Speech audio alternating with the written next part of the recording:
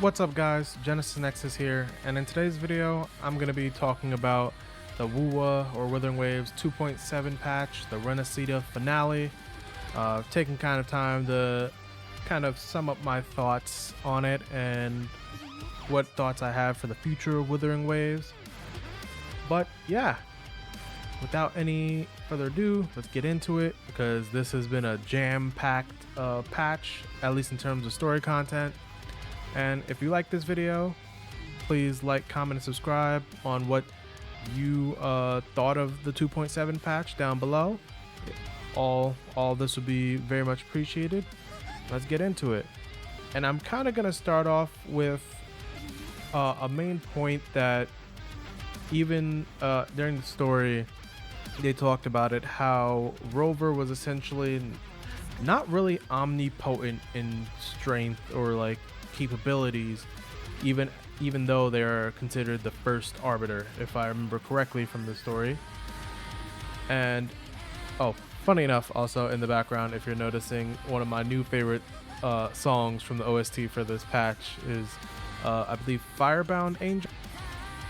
And the reason why I mentioned earlier about the Rover not being omnipotent, but also it kind of ties into something else. When we fought the Fraxidus leader, the Grand Architect, who was nicknamed the Thousand-Faced Survivor, because they can apparently survive throughout time, similar to the Rover, but instead of that, it seems like their personality or their mind may have gotten corrupted throughout them surviving through time, because they can, if you pay attention in the story, they talked about how the Fraxidus leader, the Grand Architect, can mimic someone's not only appearance but their frequency, which everyone in this world knows.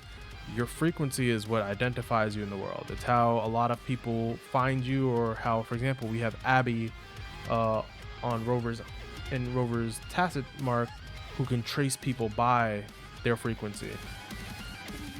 And I feel like that kind of ability is really kind of crazy, and it kind of explains how the Fraxidus leader has been putting people in all these positions and stuff. I'm really interested to see where it goes, because they mentioned a lot of things in the end for the Fraxidus on what their goals were, and kind of how they mentioned, I have a feeling that the Fraxidus leader, at least at the leader, knows something about the Rover, because at the very end of the patch, when after we won against Leviathan, they mentioned that, remember, we were never really on opposite paths, we're allies really, we used to be your waystones. And I feel like that key point of the waystones, I'll have to ask one of the lore content creators like Life Lessons Gaming on that, because maybe they can explain it better for me.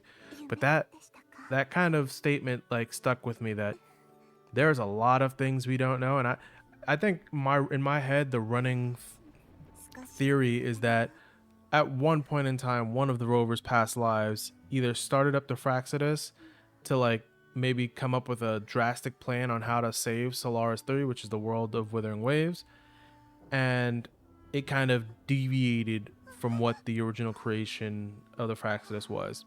And the reason why I'm saying that is because if anyone's ever, as funny it is to bring up Naruto, they had a group in Naruto called the Akatsuki, and their initial goal was really pure and fine, to protect their country and to do right, and they were kind of like a mercenary group. But after getting betrayed, losing a lot, a drastic event happened. They slowly started to shift, and new people in charge, or the people who were in charge or who were left behind, kind of took a dark path. And I kind of feel like that's the same thing that happened with the Fraxidus. But who knows, with time they'll go on. But I'm kind of going to move off from that to just talk about one thing in particular that I think needs to be a priority, is the performance for this game, both on mobile and on PC. As you can see, I'm kind of sitting in Renacita proper, right next to the teleport. I'm kind of going to get out of it because I'm using the camera. I'm right next to the teleport. And I'm wondering why my music changed. Yeah, put back on my music. I like this song too much. But yeah, the performance during the 2.7 was kind of crazy. I appreciated all the cinematics and stuff that we went through, but fighting the Leviathan kind of started to even lag my computer. I was making sure I was running nothing else in the background. I was no windows, no nothing else open, but even that was starting to like kind of push my thing. And I don't have like a weak device at all, so I can only imagine what it is for other people. So hopefully, Wuwa devs, if you're listening, please fix or please put a more emphasis on performance. It'll be very much appreciated. And to move off from that and then move back into like story type stuff, I really did like how they explained with Galbrina how she has the three other discords who are task discords who are in her. It was if I remember correctly their names, it was like Harpia, Baylor, and then the Doulahan. And we talked about this if you watch my other video when we were initially talking about the trailers for Galbrina and Kyuhyun, and how they, on her promotional image, she kind of had like the snake in the background, she had like the chimera, then she had the Doulahan, and then she had like the harpy in the background. So it was it was it was great to see them mention that in the story, and how they kind of fight together, kind of like a council. But right now, at the tip of the council is the chimera, who's like the strongest. And also another thing that I did like was that during the story we kind of pieced it together that Galbrino is essentially the friend that Augusta lost in her story. Because if anyone ever remembers, I'm gonna go to the map really quick. And where is it? In Septimont. Because during, I believe it was 2.6 or when we were exploring here, and we were learning more and more about Augusta, she mentioned, yeah, in Murmurstown, she mentioned how there was a place called the Oaks Hollow, and I'm kind of mad they didn't put it on the map so I could like jump to it. I'm just gonna try to jump to it real quick. But they mentioned how she had lost a friend because the friend had went into the tree because she got hit with the dark tide, and then Augusta was trying to find a way, but the dark tide ignored Augusta and went straight for her friend. So it was kind of interesting because, oh, is that it right there? Yeah, right here. Because it was in here, and Augusta, oh, there's someone with a question mark. I'm not going to talk to them right now. But Augusta had lost their friend right here, and their name was Angel. And at the end of the story, we get the confirmation that Galbrina said her name is Angel. So, and even Augusta even was like, are you who I think you are? And you're like, yeah, it's been a while, but we'll talk afterwards. And that was a great kind of like tie-in and kind of just like an ending loop for that story. Kind of interesting on how they're going to touch on that in the future, because now Augusta knows that her friend survived, and kind of both of them are kind of tainted by the dark tide, because Augusta always had those whispers in her ear, while you have Galbrino walking around like completely corrupted by the dark tide and having tacit discords inside of her. And the fight scene with Galbrina against the Fraxidus leader was so cool to me, and it just screamed like a DMC fight with everything that was going on. And I'm loving that kurogames is kind of doing these kind of set pieces where they allow, hey, yeah, allow each character that's in the patch to kind of like really shine, but not take away from the overall theme of what's going on, because we had the whole kind of Avengers Assemble moment in 2.7, which I still think is the coolest thing, like bringing everyone on screen. But it also led me to once again kind of like, it's kind of sad how in the totality of the whole 2.0 patch, we've had technically two male characters. If we're going back from the beginning, it's Carlotta coming in, and then you see Brant, and then you don't see another one till now, Kyuhyun, and it's just like, that's so crazy to me that all of these patches since January, we have only had 2 male characters. And I'm not someone who's super crazy, but I've mentioned it time and time again in other videos. kurogames has the experience in PGR that they can clearly bring over here. And like, all I'm saying is maybe 1 or 2 more male characters, because at this point, I feel like people are just screaming to the sky. Insert screaming to old man screaming at the sky meme, please.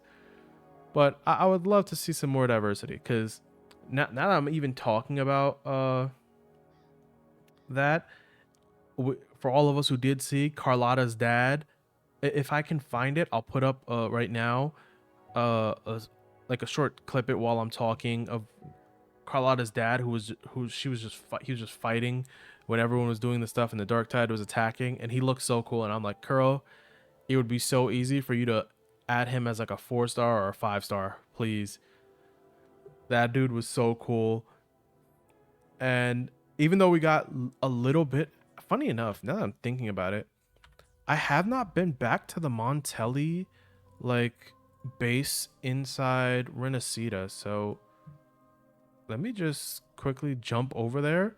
I want to see if the guy is actually there. All right, so I'm actually gonna pause on showing you guys Renacida for the Montellis, because funny enough, I forgot to finish Carlotta's campaign story, so I'll need to do that. But another cool thing that was shown during or found out during the 2.7 after completing it is you can come over here to the E4's Palace in Septimont, and at a specific time you can talk to Augusta. You have to do this prerequisite part, and then you can find Augusta in the open world and even duel her. Oh, funny enough, there's Augusta.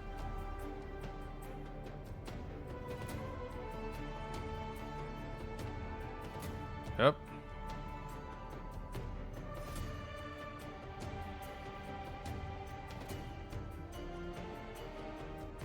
Stopping by.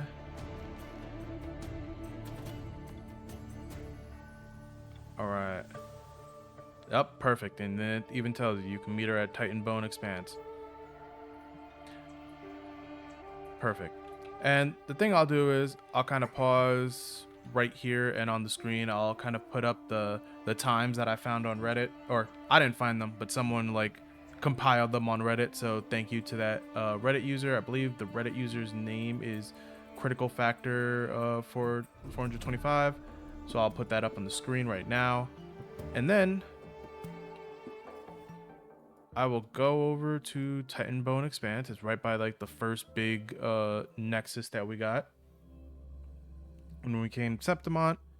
And I kind of just wanted to show this off real quick, because I don't think I'm going to win against Augusta. Well, I think I will win again against Augusta, but I don't want to take too much time on this. But yeah, it's over here in the corner. It's that same first arena that Lupa took us to, so right here. I wonder if they're going to force me to challenge her as a rover, because it's not during the daytime, because you can meet Augusta in the palace around like 6 a.m. to 6 p.m. I think the time is, and then you have to come down here after like 8 p.m. So I'm just gonna do this time at 20, and she should be here. Ah, there she is. Is she in like a, oh, for a second there I thought she was, oh, don't tell me they're gonna make me fight her as Spectro Rover.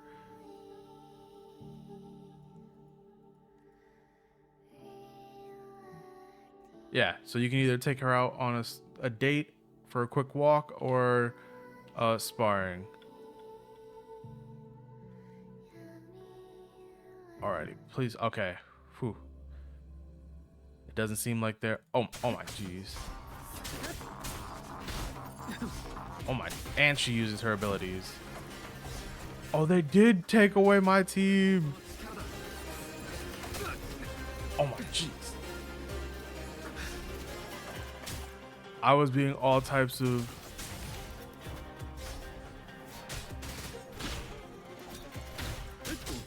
Oh, I can lose. Oh my gosh. Okay. I was not prepared for that. I thought they would give me my team. No. I'm gonna quit up for now because I don't think I even have I haven't played Havoc Rover in such a long time. But as you guys can see, she is here waiting. So if you guys feel like you're up for the challenge, do that part of the story. But yeah, I do appreciate this kind of like, hey, there's tons of other characters you can find in the open world, and we've been finding them throughout 2.0. And I was just like, it reminds me of one of the ideas I had in my previous video, my feedback and suggestions on how to spruce up the open world and make the open world experience in the world of Solaris 3 feel more alive.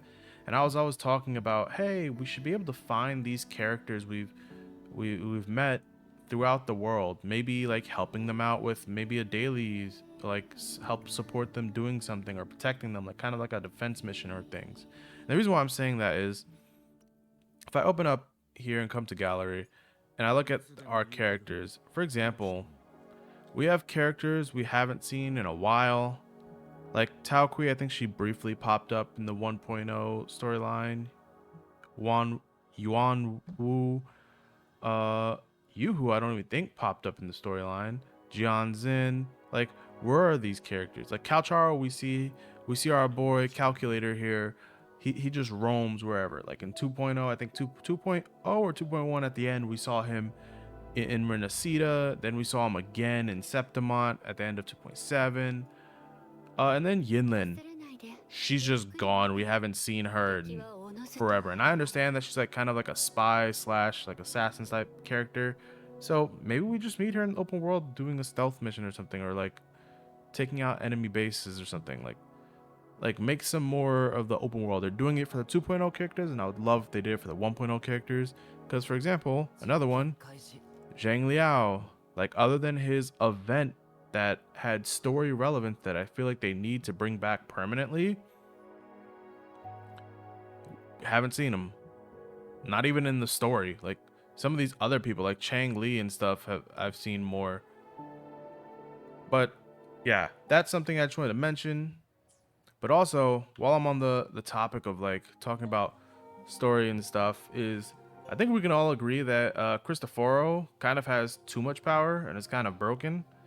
Because if you heard him in the story, his power was just we understood that he was powerful, but his power was just so broken to the point where like, hey, Scar was super secret locked up in, I think it was Huanglong or Mingting, Mingting being the capital of that entire region. Because for those who don't remember, the 1.0 area with Jinzhou and stuff, that's the border region of that country. So hopefully in the future we'll go to Mingting, but he was basically locked up, and then Christopher wrote in his book, no, you're not. Now you're over here in Septimon slash Renacida, and you're just doing things over here. And it was just like, how?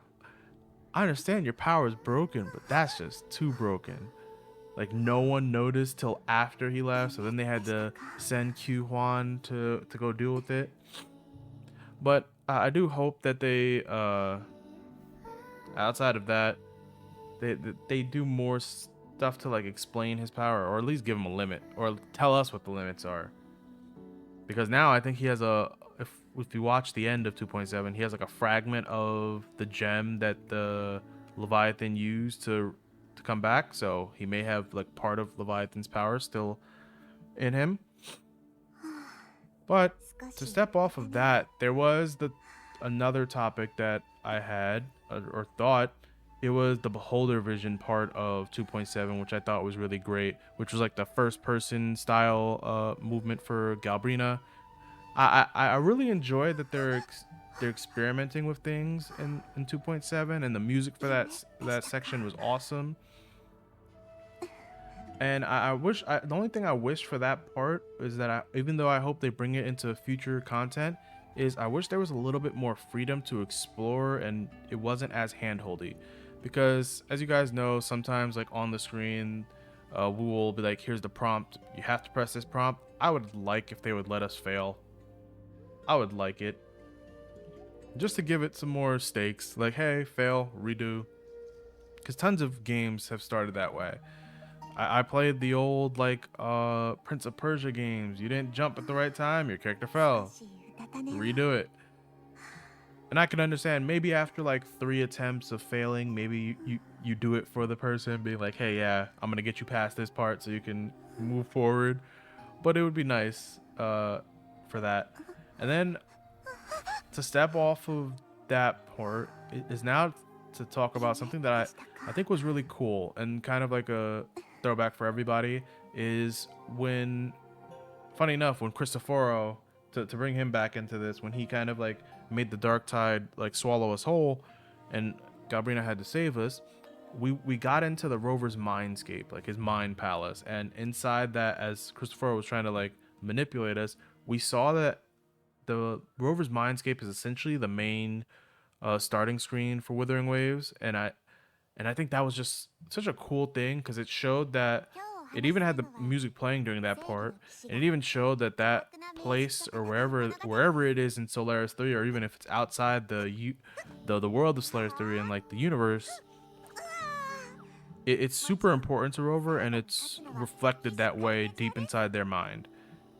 And from that, I wonder if we're gonna come back to it in the future, because I believe it was 2.6 where we saw once again the goddess, or I forget her name. I'll put it up on screen if I can, because we don't know her name per se, but I think we know what she does, because as the rover is the arbiter, I think I forget what her title is.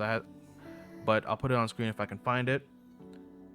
But we saw her there, and then now we're seeing the rover and their mindscape being the starting screen, and like it's of importance. And I'm coming kind of running on the theory that that location is kind of where rover goes to whenever he does a reset, because as we know, the rover's been doing resets throughout time separate from the Fraxidus leader. So hopefully we come back to that place in the future, and it's explained to us more in detail.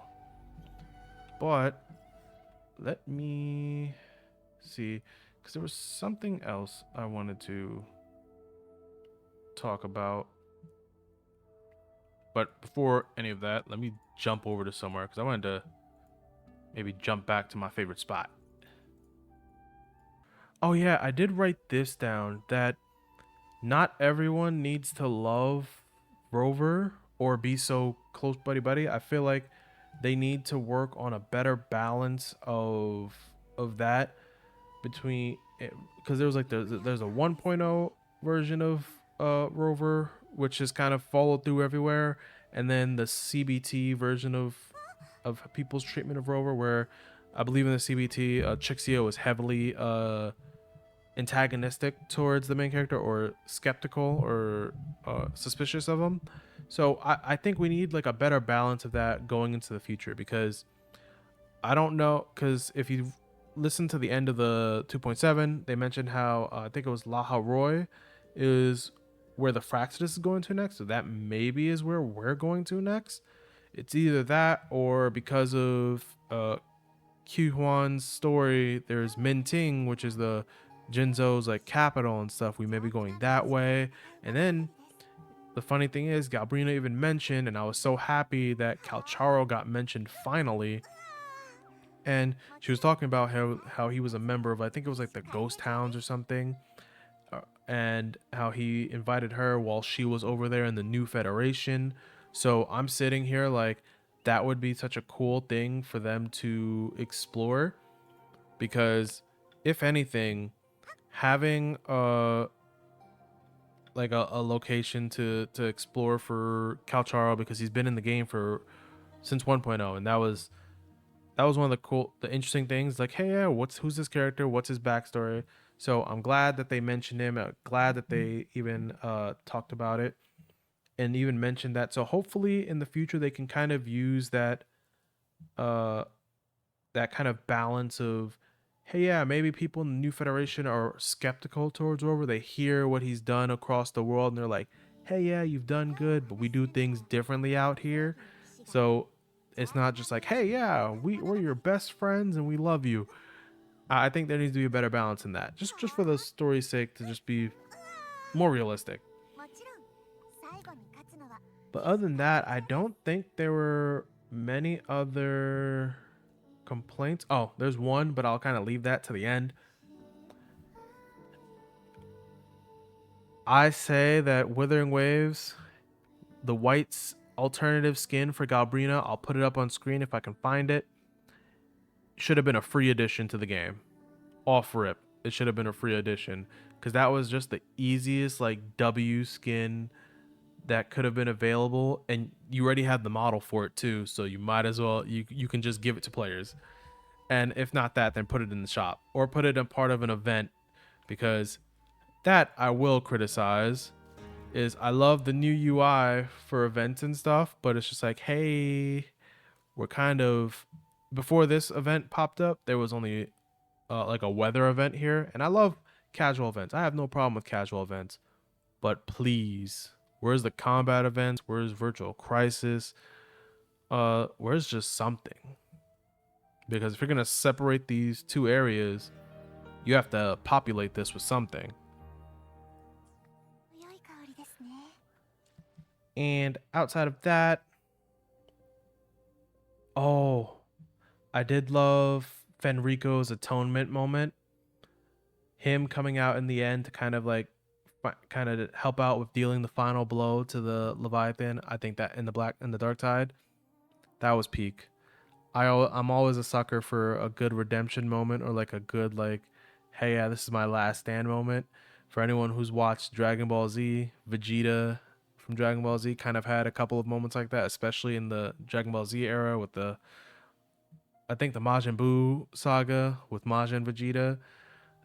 That I don't think there's a moment in Dragon Ball that beats that moment yet.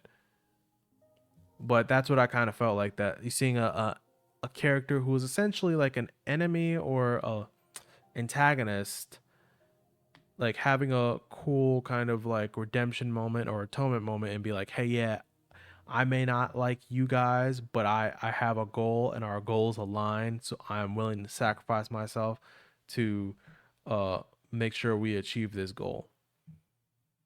And during that kind of like sequence, there was like uh, a sequence where they kind of separated our teams, and I feel like it would have been a cool thing if you got to choose which team you played on, or like after you finish with Rover's team, maybe you jump over to another person's team and then jump over to the third team to kind of play around. And I'm not talking about sending Rover themselves over there, because I remember there was a team with like Chiacona on one side, then Augusta and I think Ayuno were on another side, and I feel like it would have been cool if we could have like explored that, because as we can see with like the first person mode, kurogames is trying some new stuff. So I was definitely down to, and I just want to throw out that idea.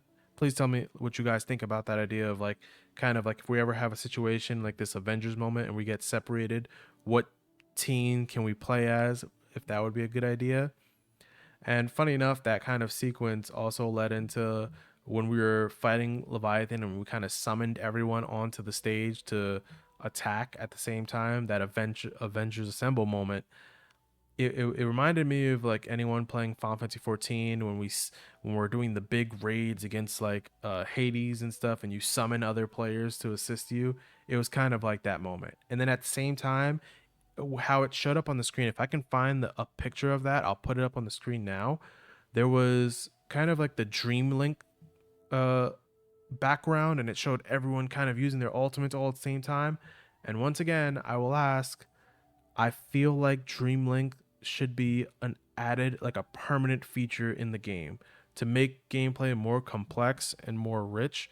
Like, because in the Thousand Gateways, it's like down here is like, sorry, my big head's in the background, but like down here underneath me, you notice how it says like 2 3, there's like always a fourth option, and it's like it kind of does for the Dream Link functionality, and I feel like it should be added, just kind of like this. It's been this cool thing since 1.4 when they first initially had it in the depths of Elusive Realm, and then it just disappeared.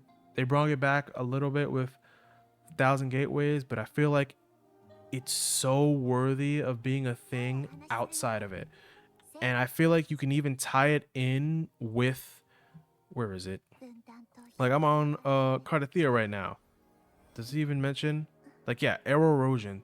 Like how cool would it be is if the Dreamlink functionality like enabled arrow erosion to be more of a thing. So eventually we're gonna have to move off of where is he? Arrow Rover. We're gonna have to move off Arrow Rover. Arrow Rover's gonna get a new element because we already have 3. We're probably gonna get a Glacio or something else. So we're gonna have to move off of that, and I think that would be a perfect thing of, hey, yeah, maybe get a new 4-star in here, because I think on their Twitter they announced, I think, Buling and Chisa. Actually, are they in? Oh no, they're not in the game, because I did go to the. Yeah, they're not in the game yet. But it would be interesting if during combat now we have this. Now Cardathea has a different, like a 4-star option, and it's not Rover. And then as we're progressing the fight, you can click the 4 button and it would do the Dream Link functionality and like apply arrow erosion stacks better, or even break the cap limit. And it's just an idea, because since 1.4, since I've started making videos for Withering Waves, I'll even link down in the description box, my 2 videos for feedback session, or my 2 main ones. Some of the ideas have been implemented, some of them haven't, but I will reiterate them as many times as possible, because having that functionality to be more complex and kind of do team combos, whether it's based on factions or the elemental afflictions, I think is a really cool thing. And to kind of step into something else, I wrote it down here as a note that Primus Phoebe should be a thing, because after 2.7 there were so many memes about Phoebe kind of stepping up to be the next Primus, and I feel like that could easily be another thing. But it would also kind of lead into one of the ideas I had for Wuwa to do. Another way to make combat more interesting is kind of have an overclock feature of some sort, where a character can kind of go a little bit further, maybe add a new button here, or move these buttons over and add a button, kind of a new skill or something, where you charge up kind of like your alt, but instead of it being like this big, like just do damage, or like for example Cardathea turns into like Fertilise and then she has to charge up again, it can kind of be like a, oh, maybe sacrifice HP or something. And because they do mention overclocking hurts your character, so it's like a sacrifice HP and maybe your attack goes up or your crit goes up or something, or a randomized effect of those, like a certain amount of effects. So that was just an idea I have. I'll make another video, feedback and suggestions video, with a more like concrete idea so I can present it, but that was just a thought because of the Phoebe thing, because then it would lead characters in the. So as Wuthering Waves keeps going on, we'll get new characters, but I always would love like a leap feature or an overclock feature, just to make older characters like these, even the 4-stars, like Donjin main, so they can keep up. And it always makes people feel good. So hey, yeah, the character that I love is consistently progressing with me. And at the same time, I'll still pull on newer characters, because I may like newer characters too. But yes, now I'm kind of getting on to the end of it all, and one of the biggest kind of like spoilers is that the Leviathan noticed Abby during our final fight sequence and said, "Abraxas, why does that? I think it was, why does thou betray us?" And I think everyone, even Rover, turned back and looked at Abby, and Abby's like shaking their head, like, "Don't look at me. I don't know what they're talking about." So now we finally have a name to Abby and what it is.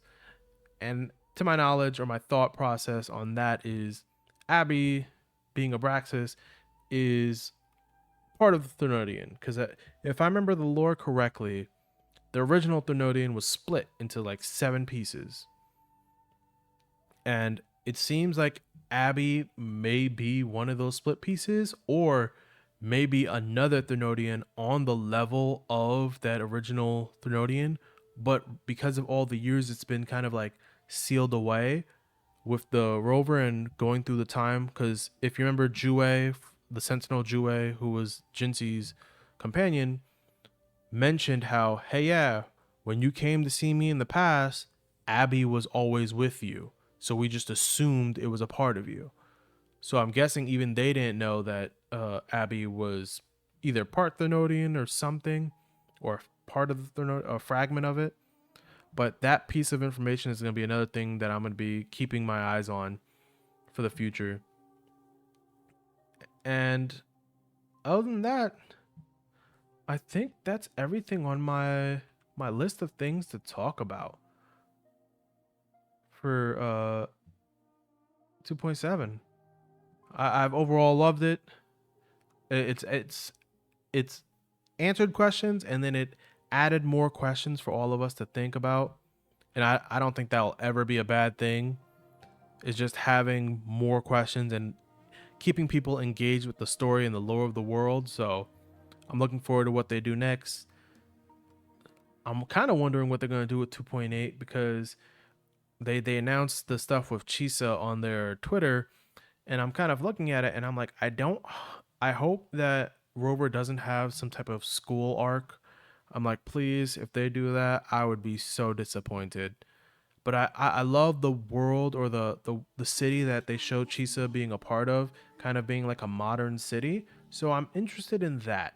Like maybe we can explore that, and it brings a little bit back of the closed beta test like feel into UA. So, and then also at the same time, because the devs mentioned they're not going to be adding flying for traversal, they'll be adding other new stuff. And I feel like in a modern city, give me a car, give me a motorcycle that can fly, or just a fast motorcycle, whatever. Give me a hoverboard, whatever. All those are like three viable options. And funny enough, they're all viable options. I think I pulled directly from like Warframe on the top of my head, and add those into the game. They would fit so well into the lore of like the city that Chisa showed in the background of her promotional image. But yeah, I think that's it. The story kind of has, like I mentioned earlier, we're either going to Laharoy, we're either going to Mingting, which is Jinzou's capital, or Huanglong's capital. Let me actually make sure I'm saying it right. Switch map. Yeah, I'm guessing Honglong's capital. It's probably going to be, if I'm opening up the map, because if this is the border region, and that's the Black Shore, it's probably going to be somewhere over here, or somewhere down here is where Ming Ting should be. Because if this is the border, it's probably, this is all protecting against something in certain ways. But yeah, or the New Federation. Sorry, the third group in my third location. It's Laharoy, which the Fraxidus talked about going there. There's Ming Ting because of the stuff with Q Huan, and then there's Chisa's area, which I don't remember the name. I think it was like some academy. I think it was like Star Force Academy. I'll put it up on screen what the proper name is.